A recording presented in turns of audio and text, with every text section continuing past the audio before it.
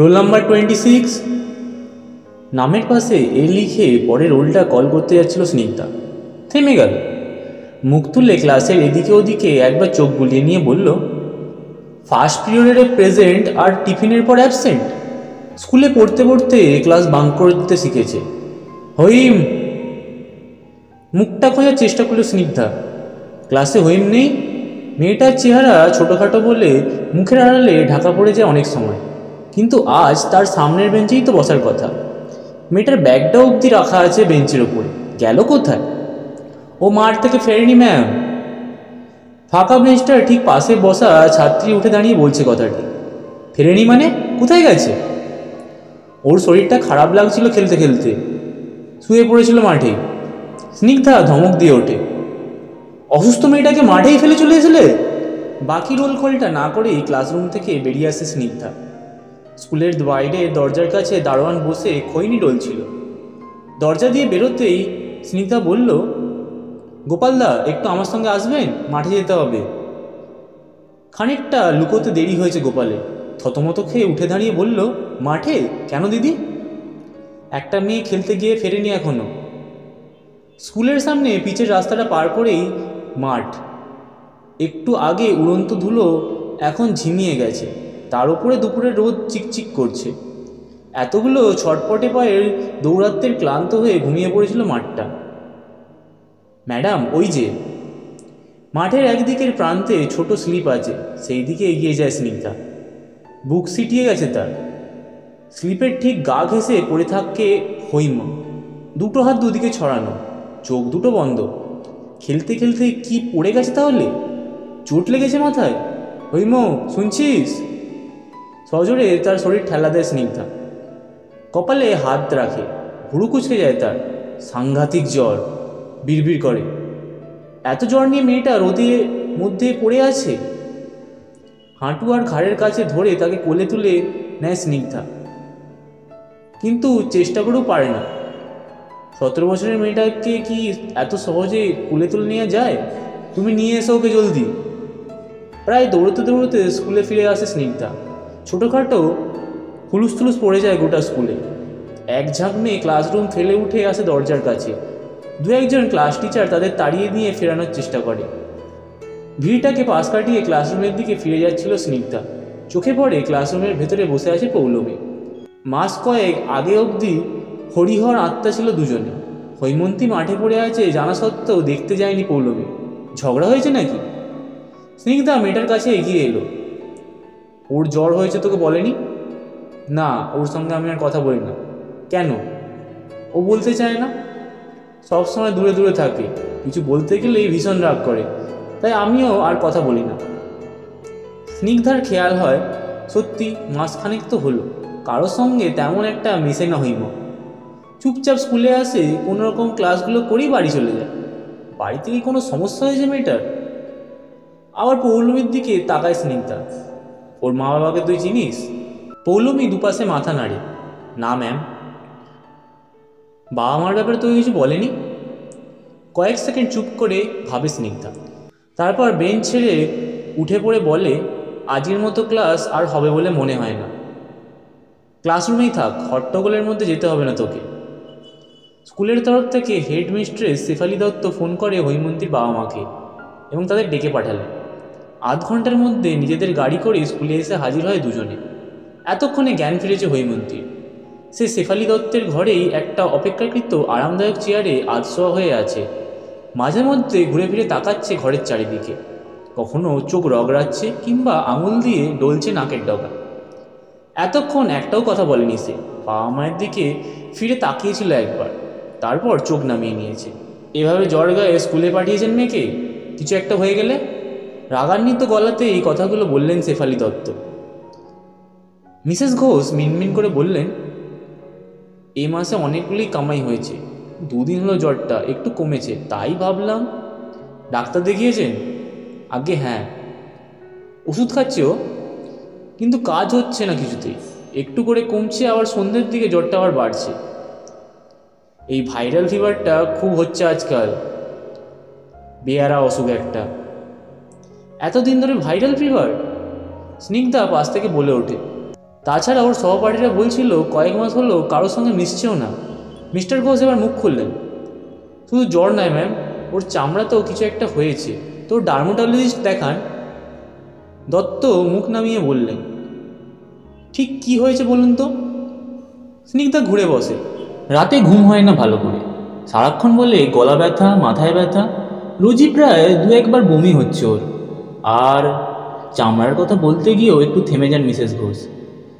Chair থেকে উঠে পড়ে এগিয়ে আসেন মেয়ের দিকে। চামড়ার ওপরে লালচে স্পট পড়েছে, প্রথমে লাল তিলের মতো দেখাচ্ছে, পরে কালশিটের মতো কালো হয়ে যাচ্ছে। এই যে। মেয়ের পিঠের দিক থেকে জামাটা কিছুটা উপরে তুলে ধরলেন মহিলা। ফর্সা মসৃণ চামড়ার কিছু অংশ দেখা যায়। সিট থেকে উঠে হৈমন্তীর চেয়ারের পাশে এসে দাঁড়ায় স্নিগ্ধা। এবার মৃদু বাধা দেওয়ার চেষ্টা করে হৈমন্তী। মিসেস ঘোষ কান দেন না তাতে। স্নিগ্ধা দেখে মেয়েটার কোমরের উপরে লালচে কয়েকটা স্পট ঘিরে খাতার মার্জিনের মতো লাইন ফুটে উঠেছে। তার ঠিক মাঝখানগুলো সরু সুতোর মতো কালচে হয়ে গেছে। কি করে হলো এগুলো? হৈমন্তী উত্তর দেয় না, শুধু দুপাশে মাথা নাড়ে। কেউ মারধর করেছে বা কোনো পোকামাকড় কামড়েছে নাকি? না। ব্যথা আছে? হুম। শুধু এখানে নয়, সারা শরীর জুড়ে এই দাগগুলো। রাতে ঘুম হয় না তাই না? স্নিগ্ধা লক্ষ্য করেছে মেয়েটার চোখের তলায় কালি পড়েছে। কি মনে হতে বলে, আপনারা একটা কাজ করুন, ডাক্তারটা মনে হয় চেঞ্জ করা দরকার এবার। আমার এক বান্ধবী আছে, ডাক্তার সুপর্ণা ভট্টাচার্য, আমেরিকাতে থাকে, সদ্য কলকাতায় এসে চেম্বার খুলেছে। আমি অ্যাপয়েন্টমেন্ট করে দিচ্ছি, ওকে একবার দেখিয়ে নিই। দরকার হলে আমি সঙ্গে যাব। আপনি কিছু সন্দেহ করছেন? স্নিগ্ধা মুখ নামিয়ে হাসে। আরে আমি তো সামান্য ফিজিক্স পড়াই, আমার সন্দেহে আর কি আসে যায় বলুন। তবে এভাবে কালশিটে দাগ ফেলে রাখা ভালো না। ঘরে উপস্থিত চারজন মানুষ আরও কিছু আলোচনা করতে থাকে। হৈমন্তী চোখ বুজে নেয়। চোখ দুটো ভারী হয়ে আসছে, একটা বমি বমি ভাব পাক দিয়ে উঠেছে পেটের ভেতরে। থেকে থেকে মনে হচ্ছে কেউ যেন দরজার বাইরে এসে দাঁড়িয়েছে, আড়াল থেকে কান পেতে শুনবে ওদের কথা। ওর কোনো ক্লাসমেট কি? মনে পড়ল, ও যখন জ্বরের ঘোরে মাঠে শুয়ে পড়েছিল তখন কেউ যেন ওকে ঠেলে ডাকছিল, চাপা স্বরে ফিরে যেতে বলছিল স্কুলে। কষ্ট করে একবার চোখেও দেখেছিল হৈমন্তী, কিন্তু কাউকেও দেখতে পায়নি। এরপর আবার কদিন স্কুলে এলো না হৈমন্তী। স্নিগ্ধার সেই আমেরিকা ফেরত বান্ধবী ডাক্তার ভট্টাচার্য হৈমন্তীকে একবার দেখে কিছু টেস্ট করতে দিয়েছিলেন। আজ তারই রিপোর্ট আসার কথা। ঝামেলায় পড়ে কিছুদিন সেদিকে মাথা দেননি স্নিগ্ধা। আজ তাড়াতাড়ি স্কুল শেষ হয়ে যেতেই সরাসরি বাড়ি গেল না, একটা ক্যাব বুক করে ডালহাউসের মোড়ে এসে নামলো। এখানেই সে চেম্বার খুলেছে সুপর্ণা। আসার সময় একটা ফোন করে নিয়েছিল, ফোনে কিছু বলেনি সে। চেম্বারের ভিতরে ঢুকতেই ঘোষ দম্পতিকে দেখতে পেল স্নিগ্ধা। চোখে মুখে উদ্বেগ। ও কি ভেতরে আছে? আধ ঘন্টা হয়ে গেল, কিছুই তো জানাচ্ছেন না। মিস্টার ঘোষের গলায় স্পষ্ট দুশ্চিন্তার ছাপ। আপনারা কোনো চিন্তা করবেন না, আমি দেখছি। সুপর্ণার চেম্বারের দরজায় টোকা দেয় স্নিগ্ধা। আমি স্নিগ্ধা রে, বলছি ভেতরে আসবো একবার, চলে আয়। দরজা ঠেললে ভিতরে ঢুকে আসে স্নিগ্ধা। ঘরের এক প্রান্তে বড় একটা টেবিলের ওপর দুপাশে দুটো মানুষ বসে আছে। প্রায় বছর 6 পরে দেখা হলো দুই বান্ধবী, কিন্তু এক টুকরো হাসিও ফুটল না সুপর্ণার মুখে। এক দৃষ্টে হৈমন্তীর মুখের দিকে চেয়ে আছে সে। ক্লাস 12-এ পড়া মেয়েটার মুখ থমথম করছে, একদলা অস্বস্তি গলা টিপে ধরেছে তার। স্নিগ্ধা খেয়াল করলো হৈমন্তীর দুটো হাতের আঙুলগুলো শক্ত হয়ে জড়িয়ে আছে একে অপরের দিকে, যেন প্রাণপণ চেষ্টা করে চেয়ারে বসিয়ে রেখেছে নিজেকে। স্নিগ্ধাকে হৈমন্তীর পাশের চেয়ারে দেখিয়ে দিল সুপর্ণা। বাক্য ব্যয় না করে সেখানেই বসে পড়ল স্নিগ্ধা। ওর বাবা মার সঙ্গে দেখা হয়েছে? পাথরের মতো কণ্ঠস্বর সুপর্ণার। হ্যাঁ। কিছু একটা জানিয়ে দে, দুশ্চিন্তায় আছেন। কি জানাবো সেটাই তো ভাবছি। কথাগুলো বলে আবার হৈমন্তীর মুখের দিকে তাকায় সে। Do you have any boyfriend? Haimanti দুপাশে মাথা নাড়ে সজোরে। কিংবা এমন কেউ যার সঙ্গে তুমি খুব ঘনিষ্ঠ?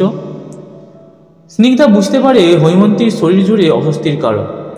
সে একটু গলা খাঁকড়ি দিয়ে জিজ্ঞাসা করে, হঠাৎ এসব প্রশ্ন করছিস কেন বলতো? কি হয়েছে ওর? RNA টেস্ট রিপোর্টটা তার দিকে এগিয়ে দেয় সুপর্ণা। হাতে নিয়ে ঘুরিয়ে ফিরিয়ে দেখে, কিছুই বুঝতে পারে না স্নিগ্ধা। তোমার বাড়িতে কে কে আছে? আই মিন মা বাবা ছাড়া? আর তো কেউ নেই? কোনো আত্মীয় স্বজন যারা ঘন ঘন বা রেয়ারলি বাড়িতে আসে? আর কোনো উত্তর দেয় না হৈমন্তী। তার গালের দুপাশে লাল হয়ে উঠেছে। এই ঘরে নিঃশ্বাস নিতেও যেন ভয় পাচ্ছে সে। ঠিক আছে, তুমি এখন বাইরে যাও, তোমার মা বাবাকে গিয়ে বলো চিন্তার কোনো কারণ নেই। আমি এক্ষুনি বেরিয়ে কথা বলছি ওনাদের সঙ্গে, কেমন? প্রায় ঝড়ের মতো উঠে দাঁড়িয়ে ঘর থেকে বেরিয়ে যায় হৈমন্তী। স্নিগ্ধার দিকে ফিরে তাকায় Suparna. She is HIV positive. মানে এইসব কি বলছিস তুই?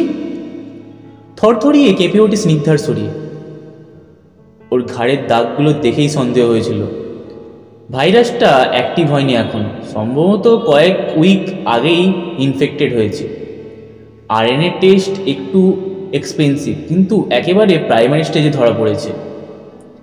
এইটুকু বয়সের একটা মেয়ে, বয়সটা ফ্যাক্টর নয়, ভাইরাসটা নানা রকমভাবে ঢুকতে পারে।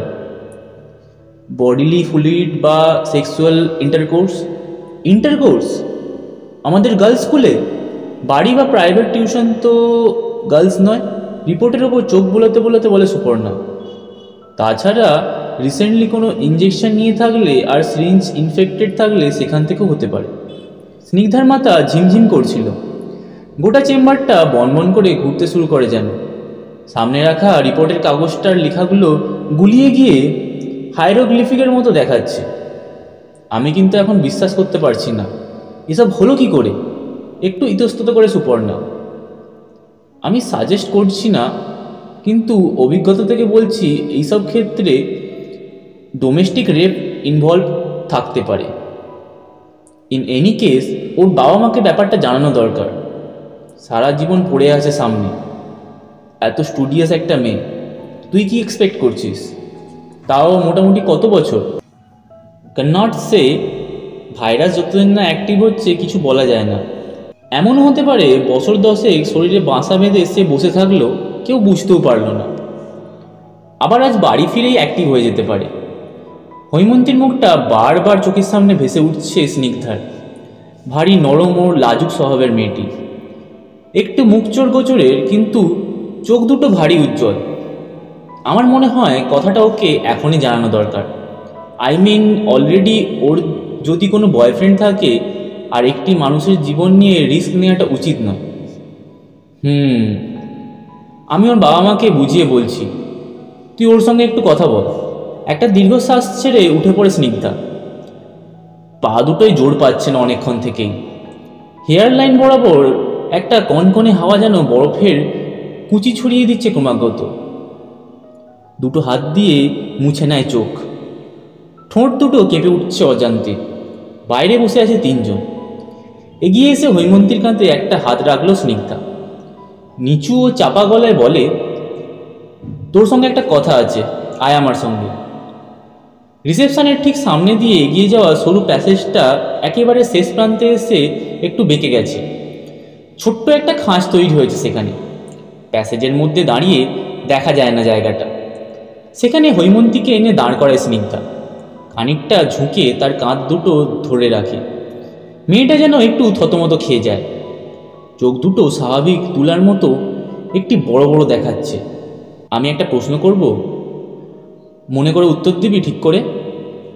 আচ্ছা ম্যাম, স্মরণের সূত্র কি? এই প্রশ্নটার জন্য প্রস্তুত ছিল না হৈমন্তী। তার থতমত ভাবটা বেড়েই ওঠে। একটু ভেবেচিন্তে বলে, কোনো বস্তু বা বিন্দু একটি অবস্থান থেকে আরেকটি অবস্থানে স্থানান্তরিত হলে প্রথমে অবস্থান থেকে দ্বিতীয় অবস্থান অবধি ভেক্টরকে স্মরণ বলে। বাহ! খুশি হয় স্নিগ্ধা। নিজের হাত থেকে হাতঘড়ি খুলে ফেলে সেটা হৈমন্তীর দিকে এগিয়ে দিয়ে বলে, এই যে দেখ, ঘড়ির কাঁটাটা 12টা থেকে শুরু করে আবার 12টায় ফিরে আসে। মানে ঘড়িটার স্মরণ কত হলো? 0। চটপট উত্তর দিল হৈমন্তী। ঘড়িটা হৈমন্তীর হাতে বাঁধতে থাকে স্নিগ্ধা। বলে, এই কাঁটাটা হলো সময়। এটাকে বন্দি করে তোর হাতে আটকে দিলাম আমি। ম্যাম, আমি ক্লাস 12-এ পড়ি। চুপ কর, যা বলছি শোন। সময় সব সময় পালিয়ে যেতে চায়। সে 12-র পর 13, 14 এমন করে ধেয়ে যেতে থাকে, কিন্তু তুই তা হতে দিবি না। এমন করে বন্দি করে রাখবি তাকে, সময় যেন কোনো স্মরণ না হয়। মনে থাকবে তো? হৈমন্তী কি বলবে বুঝতে পারছিল না, মাথা নেড়ে দেয়। এই ঘড়িটা কখনো খুলবি না হাত থেকে, ঠিক আছে? হ্যাঁ ম্যাম। হৈমন্তীর মাথায় একটা হাত রাখে স্নিগ্ধা। অনেক বড় হরে মা, এখন যা, দেখ তোর বাবা মা কি বলছে। ঘুমটা ভেঙে যায় হৈমন্তী। সত্যি কি ঘুমাচ্ছিল, নাকি জেগে জেগেই ভাবছিল আগের কথা? এই বাড়িতে এসে থেকেই ছোটবেলার কথা মনে পড়ছে। স্নিগ্ধা ম্যামের খবরটাও নেওয়া হয়নি অনেকদিন, নাম্বারটাও হারিয়ে গেছে সেই কবে। কলকাতায় ফিরে আগে খোঁজ নিতে হবে। এতক্ষণ বাঁ হাতের ওপর মাথা দিয়ে শুয়েছিল সে। সামনে তাকাতে কবজিতে বাঁধা ঘড়িটার চোখে পড়ল। সেকেন্ড, মিনিট, ঘন্টা, 3টে কাঁটাই এখন 12টার দাগ পার হয়ে যাচ্ছে।